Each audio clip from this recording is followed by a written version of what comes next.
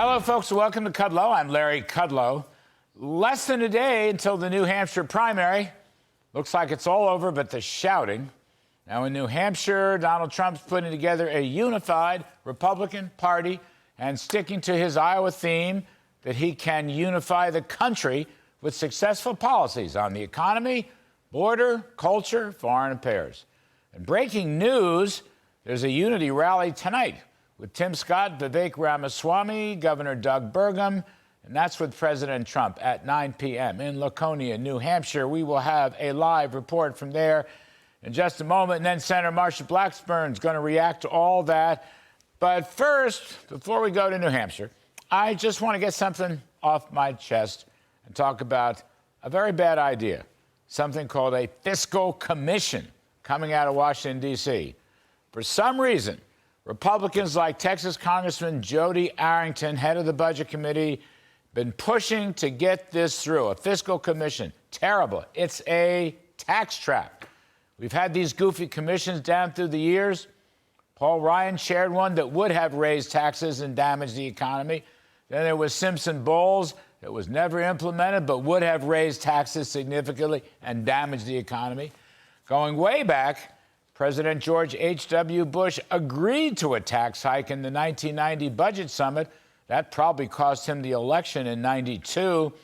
The Congressional Budget Office projected that the tax hikes would yield $159 billion of new revenue then, but they lost $206 billion from economic damage inflicted by the higher taxes.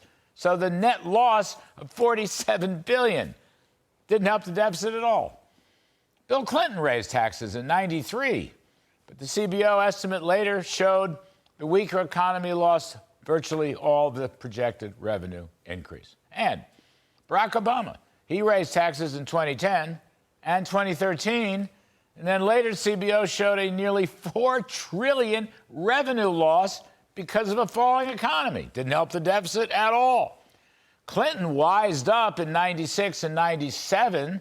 He cut taxes, reformed welfare, and the deficit disappeared for 4 years with a massive growth gain of about 4.5% per year. Hat tip to former Texas House member and banking chairman Jeb Hensarling for his excellent op-ed piece on this subject last week in the Wall Street Journal. The best way to avert a crisis is to reform entitlements. The next best way is growth.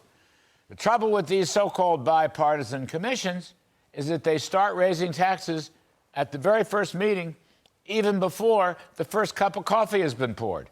Whether it was JFK in the 60s, however, Reagan in the 80s, Clinton in his second term, or Donald Trump, lower taxes have always been a successful policy to boost economic growth. And more growth with more people working with higher wages, well, that generates more tax revenues to reduce deficits, probably by a factor of at least 2 or 3 to 1. That's the historical evidence. So, Republicans now should not be lulled into falling for yet another phony fiscal commission. Better to give President Trump a strong Republican Senate and House so that the fiscal committees can do their job rather than rely on left-wing Democrats. And finally, any moves to strengthen Social Security should focus on market-based investment choice, just like the federal thrift savings plan.